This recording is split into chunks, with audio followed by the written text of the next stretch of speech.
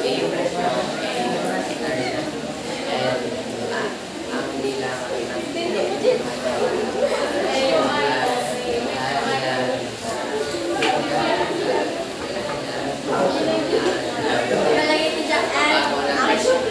pagbabago ng presyo. So meaning, ang ba niya is, quantity demanded, the formula of our demand function is, quantity demanded is equals to, A is intercept, presyo ng 0%, zero price, ano nakaputang sa A niyo da? A is the intercept or bilang ng quantity demanded kung ang presyo is 0. Okay. Amo na ang inyo A ha. Ang B nyo is slope. So ang slope is, paano makuha ang slope? Pagbabago ng quantity demanded 2 is equal minus quantity demanded 1 over or divided into pagbabago ng price 2 minus price 1. I'll give you the example for that, okay? Para maintindihan nyo gid. Ha? Example. A, B, C, D, A. These are the products. And the price is 0, 3, question mark, 9, question mark.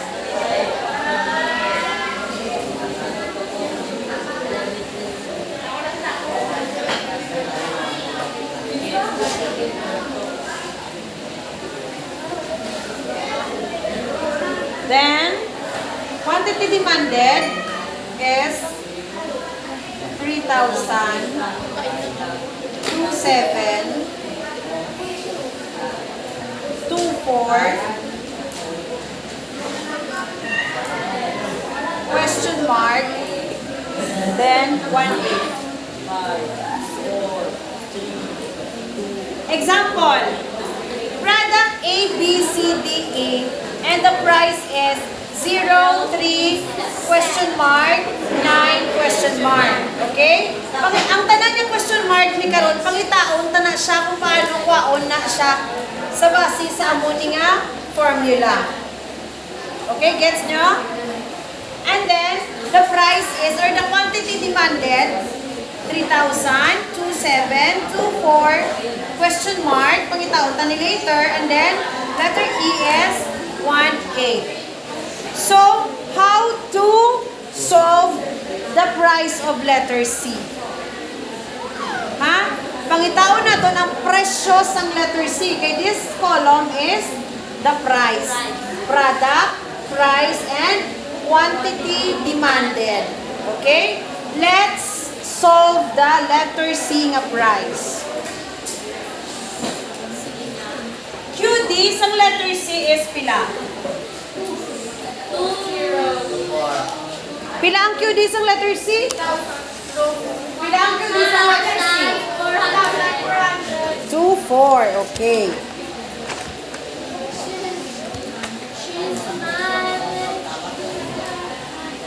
Solve for letter C. Okay. QD is equals to 2,400.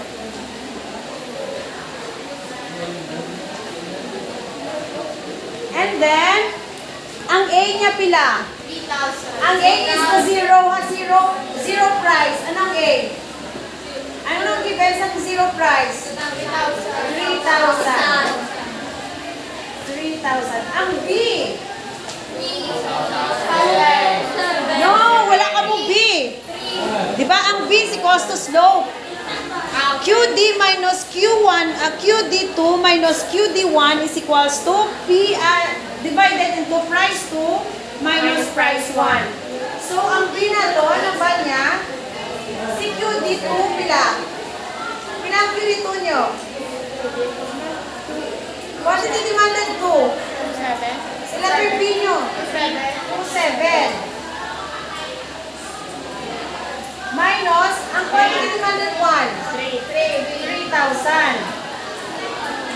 Ang unang formula ni B ha, tandaan nyo na. Price 2. Anong price 2 nyo? 3. 3. Price 1?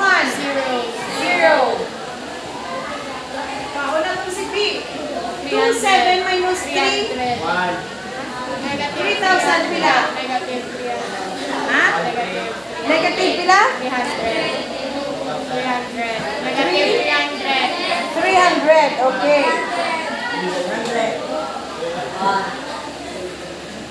3 minus 0. 3. Pila ang answer nyo?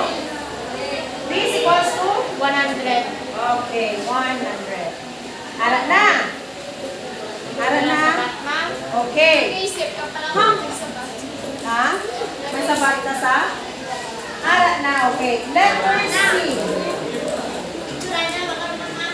Ano? Lagi mama. Okay. Si letter C, ang value ko na ang QD is equals to A minus B times price. Diba? Times. Tama na siya, diba? Ang iyang ano? Ang murang sa babaw, ma'am. Ang ano? Ang equation ng letter C. Hindi ang So meaning, ang QD niya is, pila? 2,400. Ang A pila ang given sa 3,000. 27 minus 27. 2,700. Ang P sa kasira, ma'am. Ang P pila, ang price niya. Ang letter. Kang letter, ano? Kang letter, ano? Ha? Letter C. 3,000 minus, ano gani? Ang B? 100. 100, di ba? Ang B is 100 eh. 3. And then P. Okay, wala ko itong question mark na sa P. Sa letter C. Base sa ano, base sa math, ginaano mo ni siya, di ba transfer mo siya sa left? Okay. We need to transfer sa left. 100 P is Minus equals to 1,000. 3,000 minus 2,400. Okay, i-interchange na lang siya at pagkakita na siya mo how to eliminate. So, divide into 100. Divide into 100. Cancel out. P is equals to 3,000 minus 2,400. 600. Ha? 600. 600. Divide into pila?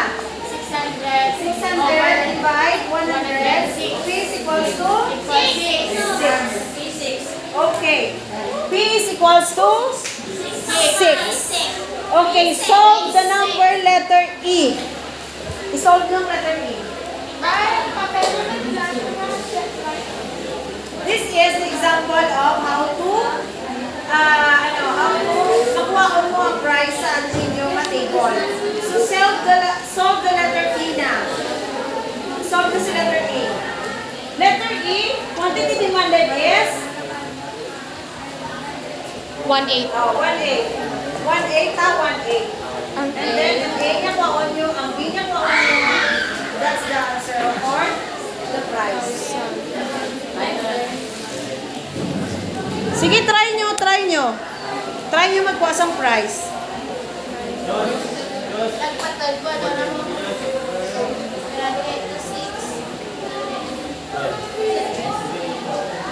Diba?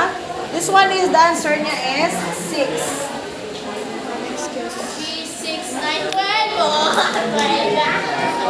Convert